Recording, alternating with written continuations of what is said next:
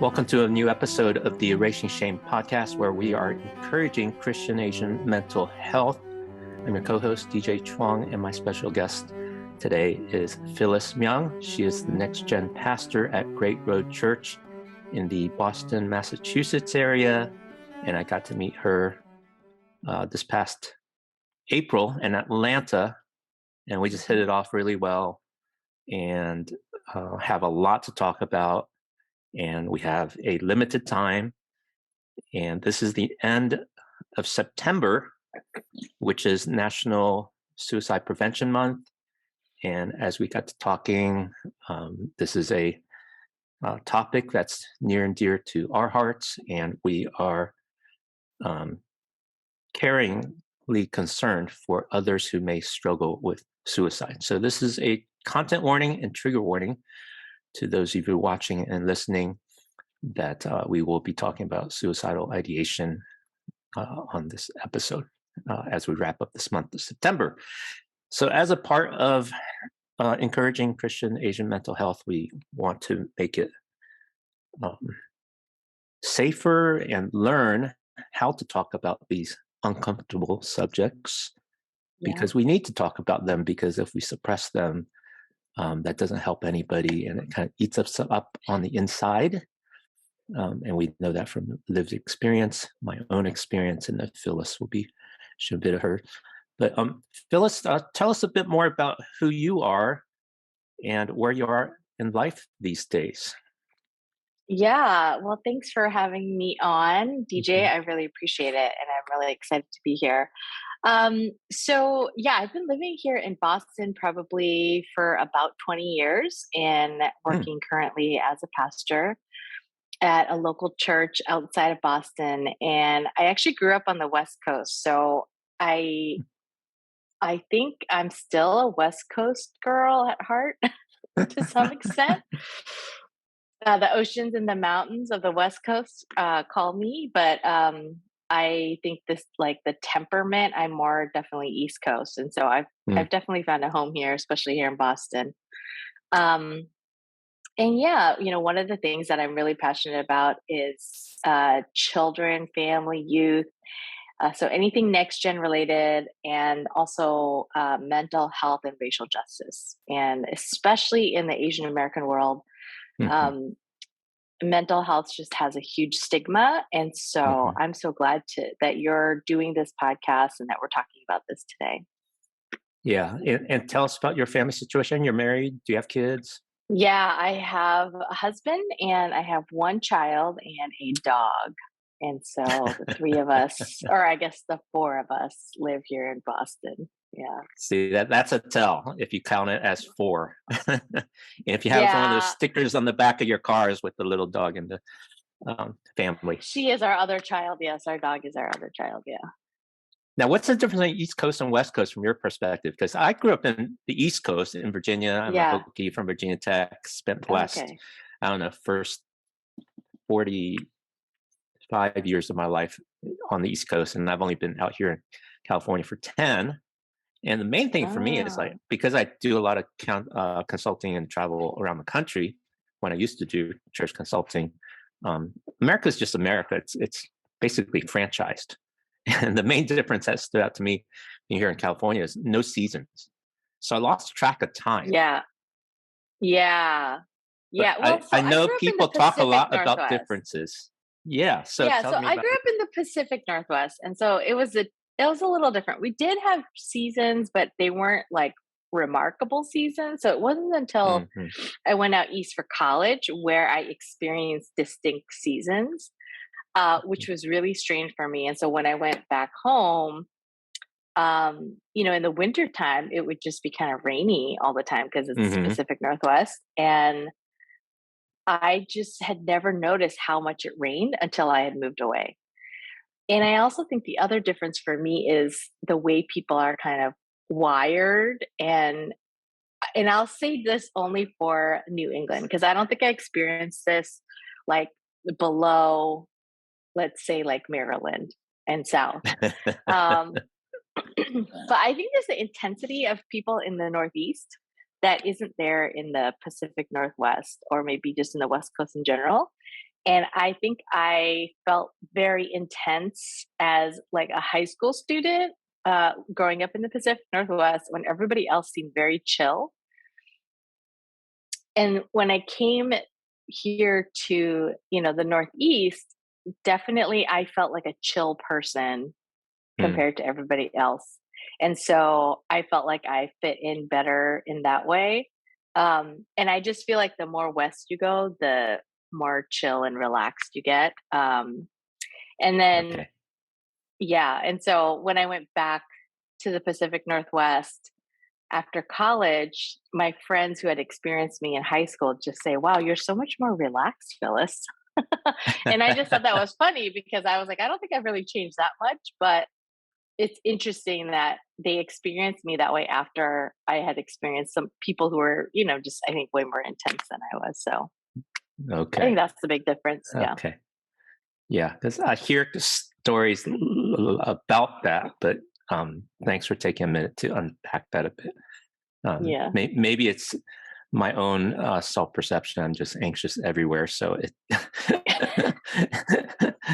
I'm always feeling inferior, and people, people scare me sometimes. So, People are scary wherever we go, but you're right. You're right. well, with the time we have, one thing as we get to talk in person and online on the phone every couple weeks. Um, uh, I know you think about a lot of things, and that's why I enjoyed talking with you. As I think a lot about a lot of Yeah. things, but one thing that really caught my attention recently was you mentioned you have a lived experience with suicidal ideation, and or actually Yeah. attempted suicide. Yeah. And Yeah. I think about the topic a lot because had to struggle with my own, or I still do struggle with my own depression and suicidal ideation, but I never Yeah. got to the point of attempting. And I Yeah. think if we're going to make some further progress in understanding how to prevent suicide, there's some insights and wisdom in those who actually got to the point of attempting. Yeah. Yeah. Well, the first time that I ever thought about suicide was probably when I was in high school in ninth grade. Things were just Mm, tough at home. And I just remember writing a letter. And I was also mm, kind of, I had been going to church for my whole life, but it mm-hmm, wasn't until I was in ninth grade that I really kind of embraced faith for myself. mm-hmm, And so I just remember writing a letter to God and just feeling I was feeling just a lot of pressure. There's a tendency in me to be perfectionist, and I'm mm, also, if you do Enneagram 2, and I just really felt like responsible for a lot of people around me and taking care of them, and I felt like I was doing a bad job, mm-hmm, um and so I just felt a lot of pressure. And I just remember writing a letter to God and praying and crying one night and just saying to God, like, my family, this world would just be so much better without me. And that was the first time I ever mm, thought about suicide. And, I think it was really, if you believe in God and God's grace, that God really put somebody in my life at that moment to kind of help me wrestle not only just with my faith, but also um, just my own mental health struggles, without me ever talking about it, but it just kind of happened that way. And so I had a mentor who used to come from our youth group at church and would just mentor myself and my brother. And mm, I got through high school that way and I went to college and I felt I was okay, but I knew deep down somewhere that I needed a lot more help than just that. And I probably needed to see a therapist. I knew that I was probably depressed, but I also had these, strange attitudes of, or not strange, I don't want to call it strange. I just had these ingrained attitudes that, as a Christian, you're not supposed to have mental health problems, and that as a Christian, you're supposed to take care of those things like by praying to God, being more mm-hmm, faithful, mm-hmm, repenting of your sins, that kind of stuff. I think attitudes that just got ingrained without me even realizing it. And growing up in a Korean American family, I think, we also just didn't have the language for mental health issues at all, or what depression Right. was, and Mm-hmm. I didn't learn even what the Korean word for depression was until I was an adult. And so I just thought that just doesn't exist as a Korean. And I got through college okay. And, I had some difficult times in college, but it wasn't until after I graduated that I became really severely depressed. And Mm. it was the first time that I was having migraines. And so Oh, wow. I just took like almost the entire bottle of my migraine medication. And then I had to go to the Mm-hmm. hospital. Luckily, Mm-hmm. somebody found me, Mm-hmm. took me to the hospital. And that was the first time that I, attempted suicide. And I really, I just really wanted to die because I think the pain it was just so overwhelming and it was just too much and nothing was taking it away. And you know, I was trying so hard to be a good Christian and so hard to Mm-hmm. be faithful and just felt like I was failing in that. Um, I just felt like I didn't know what I was doing with my life. I had just graduated college and, tried my hand at relationships that weren't really working also. Like, I just felt like my friendships were falling apart.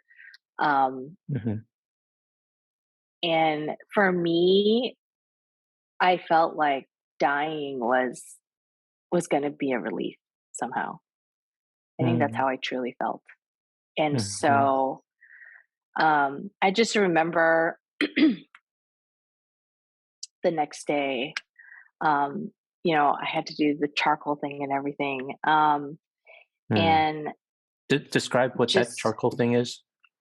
so it's just the charcoal, they make you drink this charcoal drink if they don't pump your stomach to absorb any Wow. poisons and things like that to try to get that Wow. out of your system Okay. as fast as possible. And Mm-hmm. so that is not a tasty drink. I hope Mm-hmm. nobody ever has to experience that. Mm-hmm. But, and then they put me literally in a padded room. Wow. And I'm sitting Mm. in this room and it's padded. And I'd never been in such a place. And I just remember sitting there with the psychiatrist or psychologist or whoever, the doctor who was in that room with Mm-hmm. me. And she was just asking me these questions. And I just said, yeah, I need help.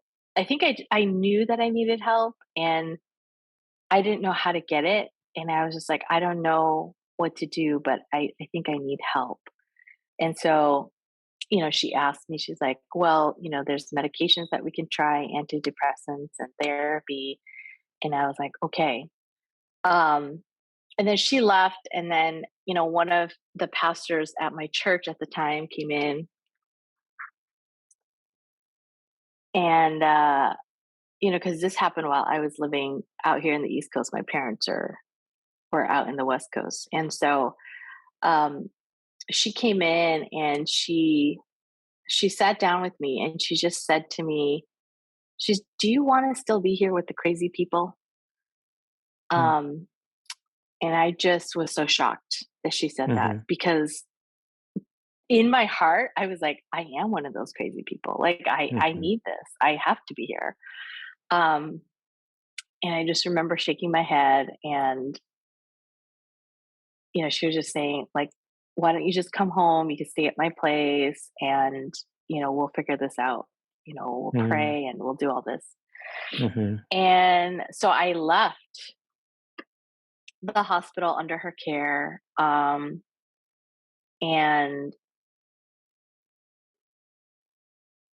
I, I remember I got to her place and then I refused to talk to her because I was so angry at her because I Mm-hmm. felt like I was, she was not going to actually help me. Um, and so then she told me, I could go back to my house. So I went back to my apartment, and my mom came out and, Mm-hmm. um, just, I don't know. Koreans, we just don't talk about it. So Mm-hmm. she came, she fed me, she's Mm-hmm. like, let's go. And we went and visited some family in another state. And, we Mm-hmm. just didn't really talk about it. And then we just kind of left it at that. And I was doing a little better. Um, and then it wasn't until after I got married that I probably had my second suicidal attempt. Oh, wow. And it was just a really stressful situation, Mm-hmm. being like newly married, and it was just really difficult in many, many ways. Mm-hmm. Um, and but this time I feel like the church that I was, because I had moved by then, I had moved out of that area Mm-hmm. and up to Boston. And when the pastor came to see me, he was just like, everyone gets therapy. It's totally a normal thing. And I was like, what? I was like, that's not what my other church said. Mm-hmm. And he's like, yeah. And, antidepressants can be really helpful if you need it. And, therapy is like a good thing. And you can still be Mm-hmm. a Christian and do therapy, you know? Mm-hmm. And that was profound for me, because after that second suicide attempt, that's when I started seeing a therapist. I was on some antidepressants. Mm-hmm. And I really think that those are the things that saved my life and helped Mm-hmm. me to kind of be in the place that I am now. Um, and that, and to not feel so ashamed of having depression, and understanding that it's with me all the time. And Wow. so, Mm-hmm. I'm able to better identify those times when I know that I could start kind of spiraling down, and know kind of what those triggers might be, um, and be proactive about it instead of just kind of waiting for things to get really bad. Mm-hmm. Mm-hmm. Um, and to also just know that, I don't know, I think because of my own personal experience, being able to talk to other people who have gone through that, and just to help them and to normalize kind of mental health issues, depression, anxiety, therapy, medication, that those are just normal things. They're not, Mm-hmm. and it doesn't reflect in any way on you as a Christian, and so forth. And that hopefully has helped other people around me that have been going through that, and that I can just sit with them in that, and help them to find therapists, and help them to understand that if one therapist isn't working out, they can go to a different therapist, and that you got to give medication in a certain amount of time. And um that, I think the biggest thing is that, like, your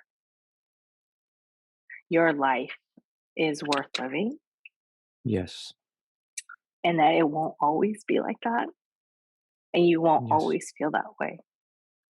Yes. And so, yes, this is like a really Wow. personal, and it's close to my heart, because I don't, I think about the students that I work with, and Mm-hmm. I think about the pressures that they have, and kind of Mm-hmm. those things, and how it can, yeah, it can put them in a state where it seems really overwhelming and impossible. And to Yes. let them know that they are loved, they are so worthy, they're so valuable, and that their life is worth living, and that this world is better because they are here. Mm-hmm. Um, I just want to make that really clear for them, Yes. uh, and that somebody is walking there beside them. That there's no Yes. shame, there's no stigma, and so I think that's a big driver for me of why I do the work that I do now.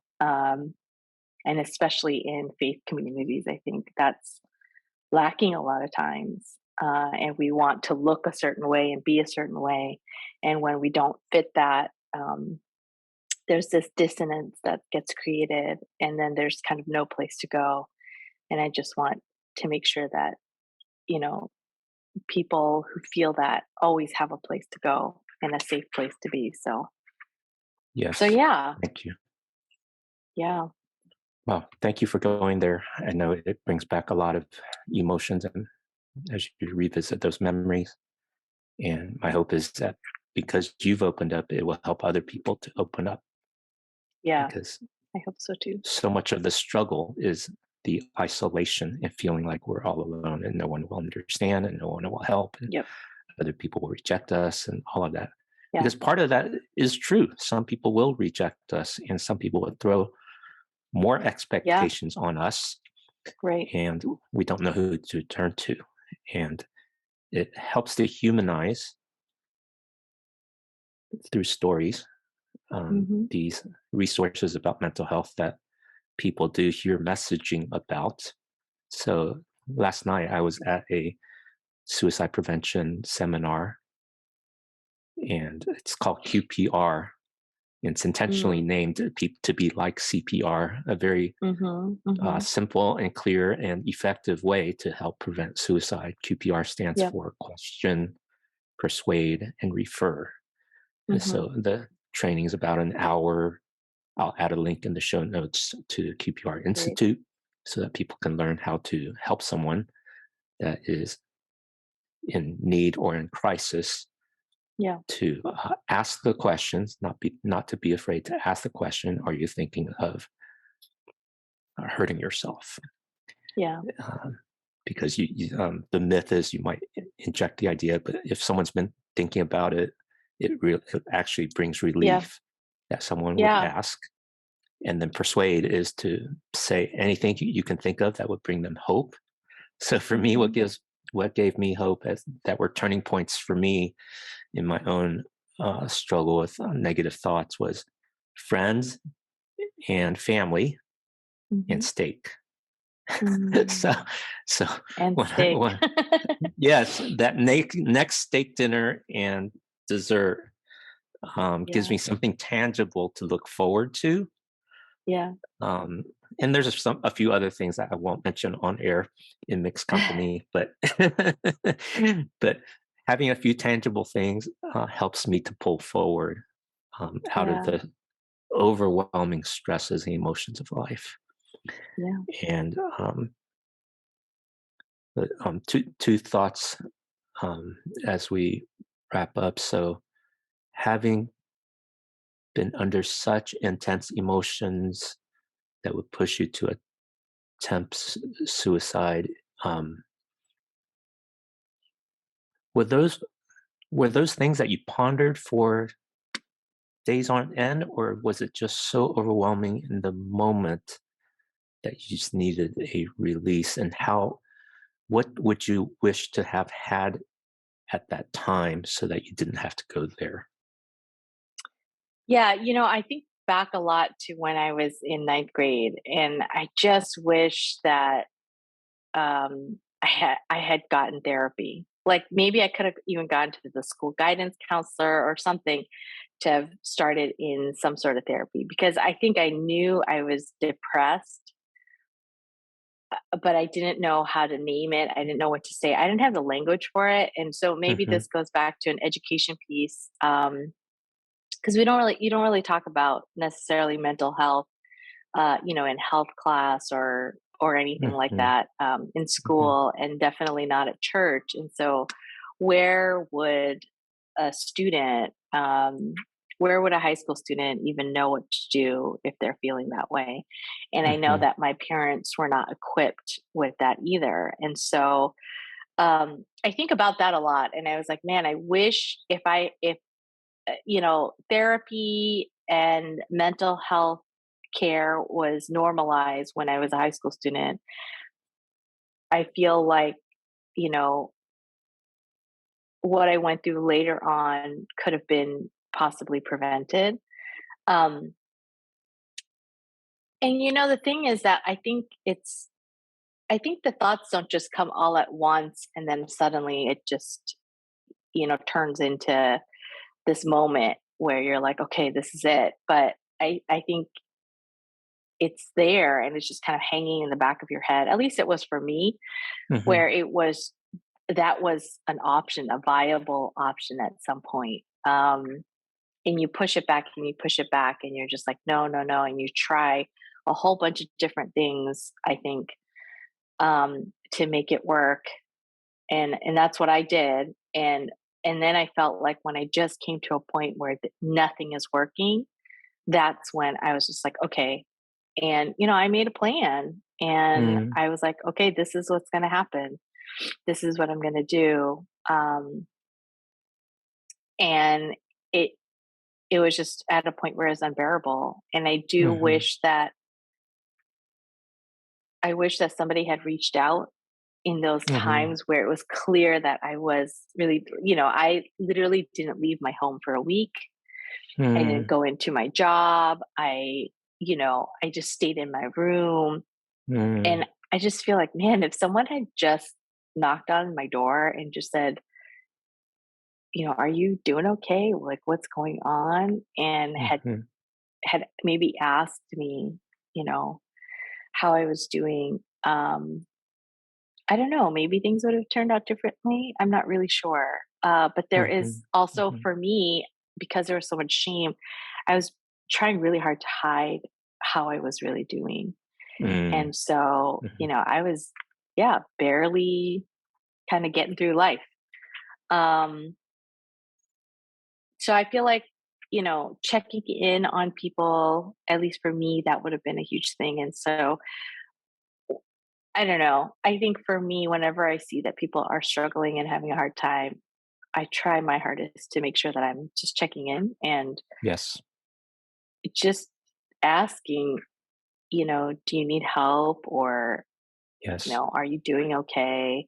Um, yes, and not not because I'm afraid something will happen, but I genuinely am concerned because I know that yes, I've been there right, and I don't know if it's something that only people who are depressed or, who struggle with mental health know. But I don't know. Sometimes you can just kind of tell you're like, oh, I think that person is depressed. mhm, Um, and so that's when I'll just straight up just say, are you depressed? And if you're mhm, depressed, like, you know, what do you need from me? Do you need me to just sit here and give you mhm, a blanket so you can hide under it and I'll just hang out here for a little bit? Or, mhm, do you need me to bring you food or do you want me to just force you to go out. I don't know, mm. like just kind of different things Actually, that's very because helpful. everybody's You different. gave yes, and speaking from life experience is actually helpful, um, because just reading those documents with a Hmm. whole big list of symptoms and warning signs, Yeah. uh, it still leaves, uh, as I read them, it still leaves me stuck with not knowing what to Hmm. do. Hmm. And what did so well there was, um, rather than, and I'm sensitive to this because I struggle with it, is when someone says, "Hey, just call if you need help." It still Yeah. leaves a person struggling. And what you did so Yeah. beautifully there was that, would you like me to just sit with you? Would you like me to give you a blanket to hide under? And you gave 3 or 4 specific things that maybe Yeah. one of them would click. It's much easier Hmm. to do multiple choice tests than fill in the blank. Oh yes, definitely, especially when you're depressed. Yes, Yeah. so you did that Di- beautifully. You used yeah. your East Coast savvy to fill that in. And then now on the other side of um, taking good care of yourself and wanting to help others who might struggle, um, what do you what signals do you pick up as a next gen pastor to reach out and to help someone that might be struggling or is struggling with mental health? um, I try to pay attention to kids who are who are kind of on the fringes or on the edges. Um, and I'm just extra sensitive to them, I think. Mm-hmm. And I try to make sure that I have some sort of connection point with Mm-hmm. um, all the students Mm-hmm. and and the kids, and just as you do that, I think, and as you get to, you develop the relationships with the kids, you kind of can tell when someone's a little off, or it's Mm-hmm. not, you feel like, okay, I just need to check in here. Mm-hmm. And, I think the biggest thing that I've learned is that I am not, I can empathize and sympathize, but I'm not here to actually do anything professionally. But I can connect them with people who can help them professionally. And so I always make sure that, I offer that, because I think sometimes the trap that we can get in as pastors is that we're there to try to solve someone's problem. Mm-hmm. And just from my own experience, I just think Mm-hmm. I didn't go to school to do that. I'm not professionally trained in that. But there are these wonderful doctors and therapists, social workers who are trained in that and who have put in the hours, and like the clinical hours, and are Mm-hmm. trained and are good at that. And so that's, I want to encourage them to do that. But my job is really to destigmatize and I think Mm-hmm. normalize um, getting help, Yes. um, and using whatever tools that are available to you to get the help that you need. That's Um, great. because it doesn't have to be like this. Yes. And so, yeah, so just kind of, watching the kids and kind of Mm-hmm. seeing like their demeanor, and just Mm-hmm. checking in during stressful times. Yeah. Yeah. Um, seeing how they're doing, and if I see kind of changes in behavior or even personality and temperament, I just try Yes. to check in, Yes. to make sure that everything's okay. Because it That's might great. not be that, it might be something else. So, but it's Yes. always worth just asking. Yes. And I'm gonna key in on the part where you, the two parts you mentioned. One is building those relationships so you get to know them, Hmm. because surprisingly, it's not just the marginalized that struggle with mental health. It's Yeah. even the high performing ones. Yes, That's definitely. something will snap, and then you're like, oh, I never saw any warning signs because they hid it Hmm. so well, and then Hmm. something tragic happens. And secondly, you also mentioned that it is your role to refer and to educate. So, what is it that Hmm. you consciously do as a next gen pastor to do that educating and erasing the shame on mental health? Yeah, Do you I incorporate talk. into your teaching, or do you I actually have do. I seminars? do. Okay. I do. And I'm just pretty. I I'm pretty open, especially to my students and kids. I think Mm, mhm, about kind of my own mental health struggles and things like that. mm, I mhm. have been somewhat open, I think, to the adults of our congregation as well. But I'm probably much more open to our Okay. students, Mhm. just so that it's normalized, but Yeah. also connecting them. Like, for instance, last year, with kids going back with having a whole year of COVID and kind of all these disappointments and the stresses of like going back to school or hybrid school. So we did a whole kind of mental health webinar where we had a Mm, couple high school students as well as a licensed therapist come and talk to kids on how to cope, but also some different skills that we can incorporate and practices.